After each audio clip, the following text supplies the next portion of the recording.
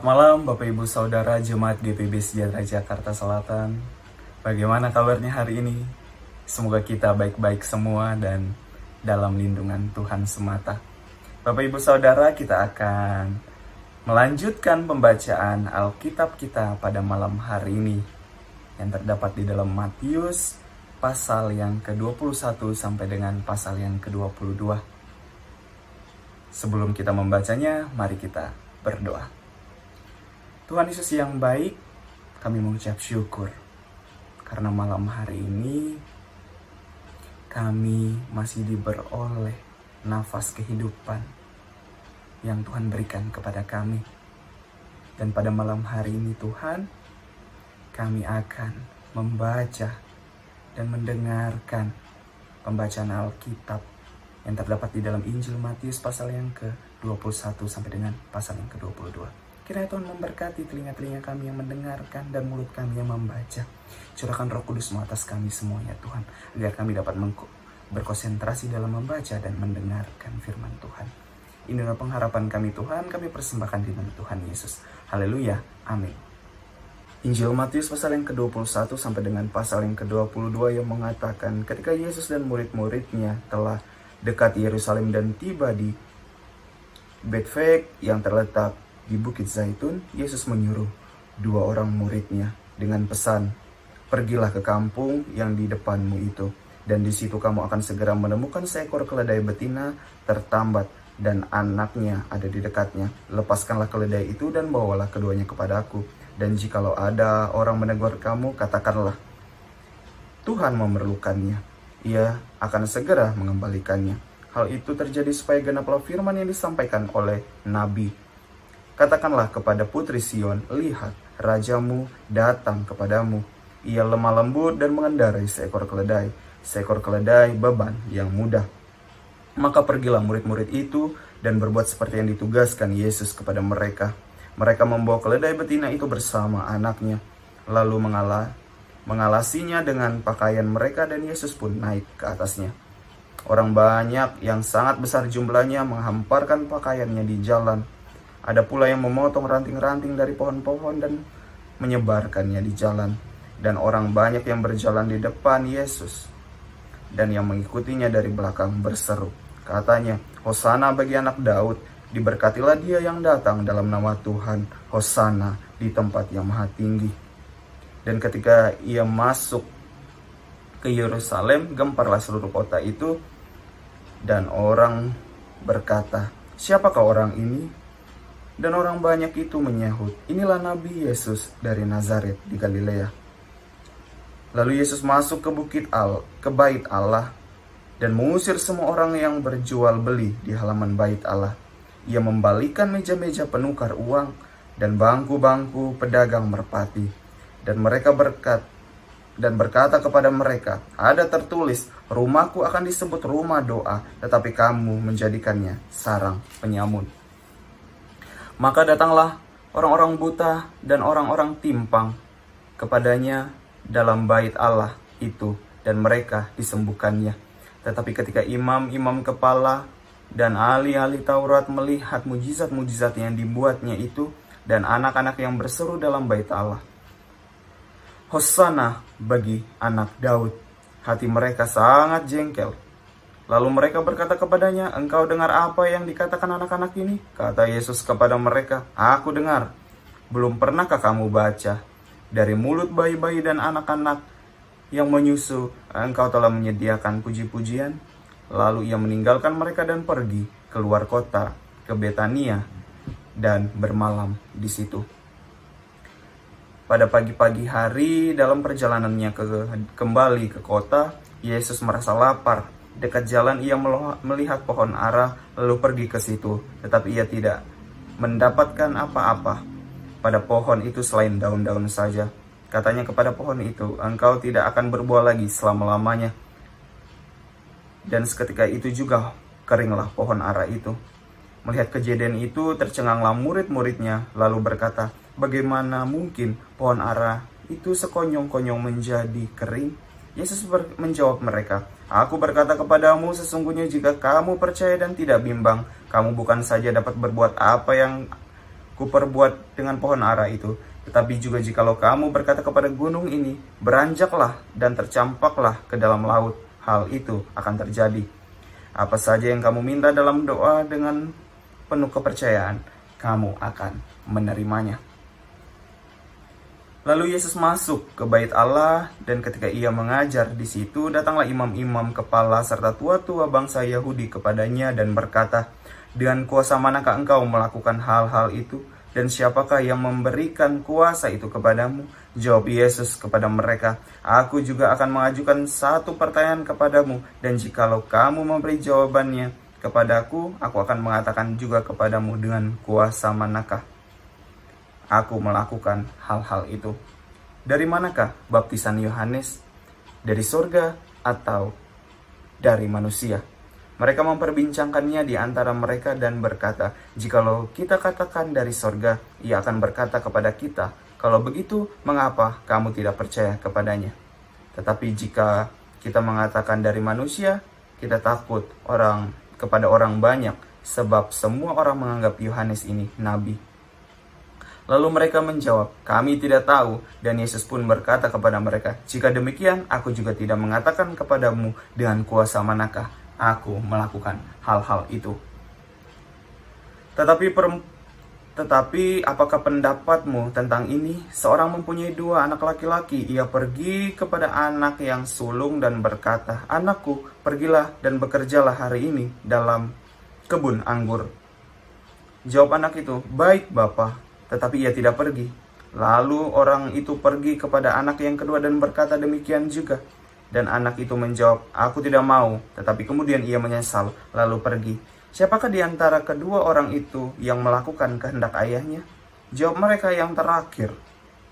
Kata Yesus kepada mereka, "Aku berkata kepadamu sesungguhnya, pemungut-pemungut cukai dan perempuan-perempuan sundal akan mendahului kamu masuk ke dalam kerajaan Allah.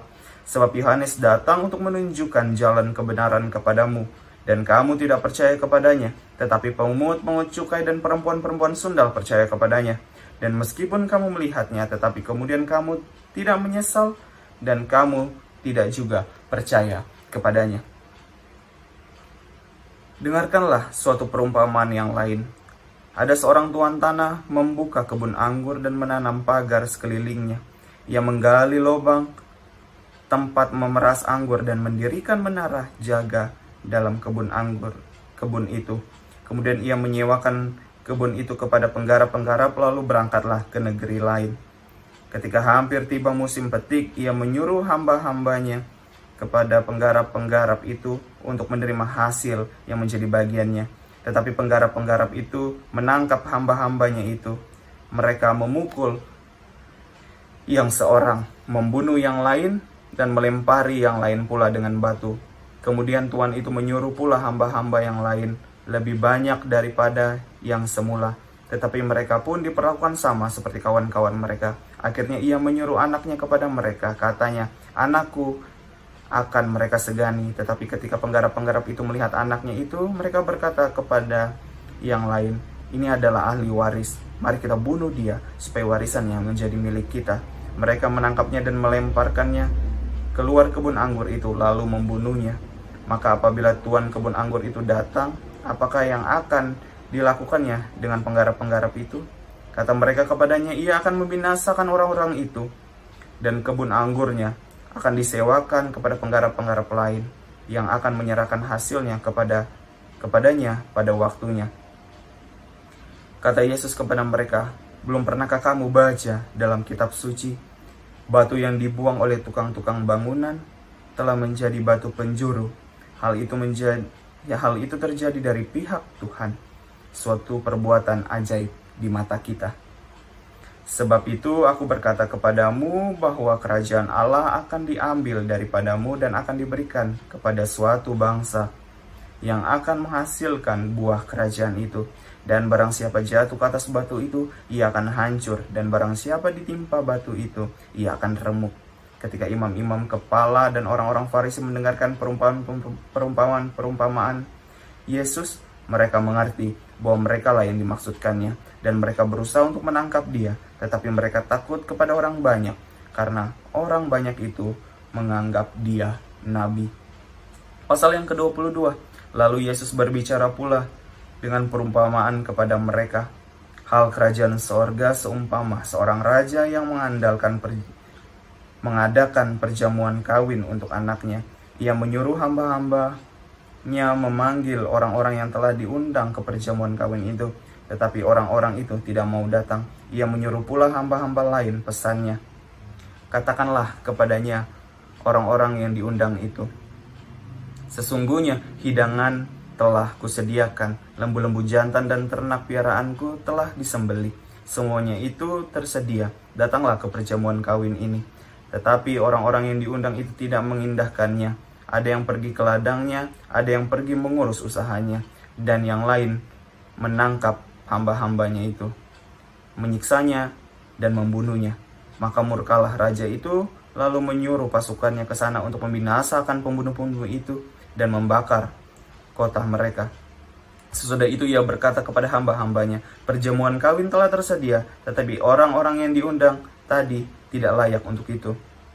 Sebab itu pergilah ke persimpangan-persimpangan jalan dan undanglah setiap mereka yang kamu jumpai di sana ke perjamuan kawin itu.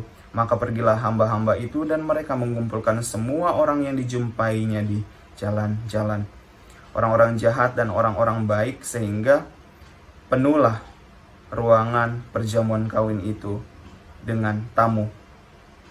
Ketika raja itu masuk dan bertemu dengan tamu-tamu itu, ia melihat seorang yang tidak berpakaian pesta. Ia berkata kepadanya, hai saudara, bagaimana engkau masuk kemari dan tidak mengenakan pakaian pesta?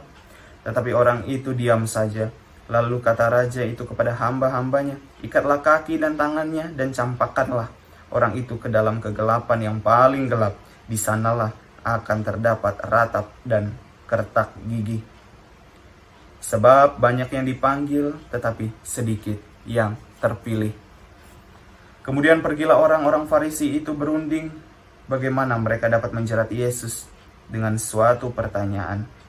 Mereka menyuruh murid-murid mereka bersama-sama dengan orang-orang Herodian bertanya kepadanya, Guru, kami tahu engkau adalah seorang yang jujur dan dengan jujur mengajar jalan Allah, dan engkau tidak takut kepada siapapun juga, sebab engkau tidak mencari muka. Katakanlah kepada kami pendapatmu, apakah diperbolehkan membayar pajak kepada kaisar atau tidak? Tapi Yesus mengetahui kejahatan hati mereka itu, lalu berkata, mengapa kamu mencobai aku, hai orang munafik? Tunjukkanlah kepadaku mata uang untuk pajak itu. Mereka membawa suatu dinar kepadanya. Maka ia bertanya kepada mereka, gambar dan tulislah siapakah ini? Gambar dan tulisan siapakah ini? Jawab mereka, gambar dan tulisan kaisar. Lalu kata Yesus kepada mereka, berikanlah kepada kaisar apa yang wajib kamu berikan kepada kaisar, dan kepada Allah apa yang wajib kamu berikan kepada Allah. Mendengar itu, heranlah mereka dan meninggalkan Yesus, lalu pergi. Pada hari itu datanglah kepada Yesus beberapa orang Saduki dan berpendapat bahwa tidak ada kebangkitan. Mereka bertanya kepadanya, Guru, Musa mengatakan bahwa jika seorang mati dengan tiada meninggalkan anak, saudaranya harus kawin dengan istrinya itu dan membangkitkan keturunan bagi saudaranya itu. Tetapi di antara kami ada 7 orang bersaudara. Yang pertama kawin tetapi kemudian mati, dan karena ia tidak mempunyai keturunan, ia meninggalkan istrinya itu bagi saudaranya. Demikian juga dengan yang kedua dan yang ketiga sampai dengan yang ketujuh. Dan akhirnya sesudah mereka semua, perempuan-perempuan itu pun mati.